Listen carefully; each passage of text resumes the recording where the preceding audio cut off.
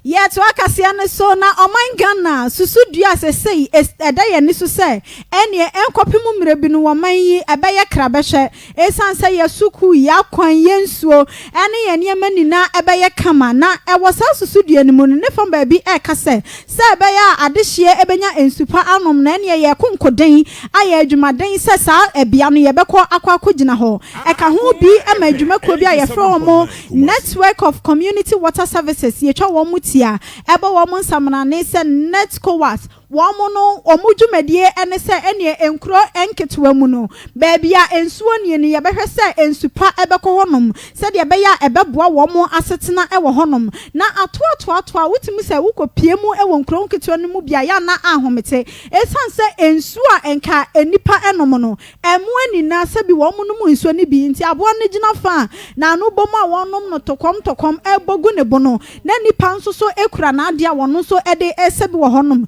ni na eyade aya na emmoa ewo nipa asetena no bawie akire no sanya yade aka eswa na ewo se dwumadie ni mu ene director of operation Yewra Fred Asafuaje wakasa ede kire se wo mu dwumadie no eye dwumadie a eboa asanteman ne nkanko ene ne kyekyere nanso so se de mpanimfo kase sa kwanchan ade efa ya na sika ene hyemu enti wo besre ankrankrati titiru banks ahodo se enke betumi a wo mo nso wo mo asene enwo mu dwumadie a wo mu die nim se de be ya sika ebetumi awuram na omo so etimi aye enkro nketewa no aye efa insuo kwan so let's go as aboa amone car bank nyankomudi nkitahudie kese a car bank ahyebo se ye nyina ye nka ehumum se yiskasemu se yenimdie mu o nkranhye mu kwan bi o mefa so mbeboye bia ombeboye se ye communities ni se de ye request bro ma omo moderate no mu se request no ye something ye appealing they can help us to serve as a guarantor for us to even get lower rates ibinya nsi hu a wo fom kakra boy ama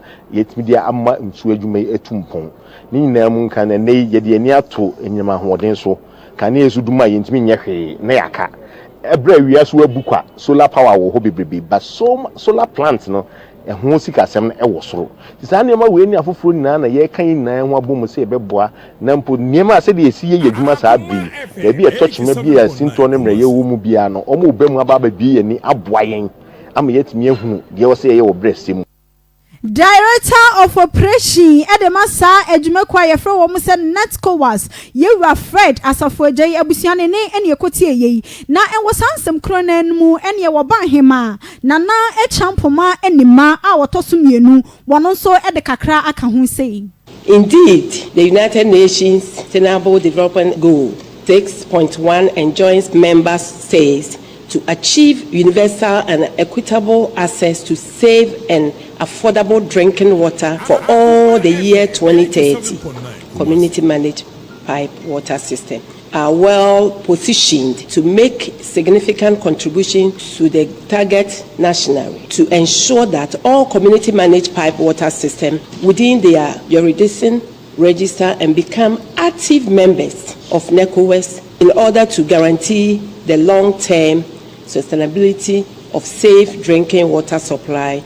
for the people and those yet unborn. Enu nti se de beya adehye ni na benya ensupa anom na afi wo manya nkwane nti na ene ehu behia se ye ni na da ye de yensa ebekwa akwhye netcowas wo mu dwumadi a wo mu die no na aboa ama ensuo hu nsem ankwaye wo hawo wei eye oba hema na echampoma enima wotoso mienu ne ene ekotie ye.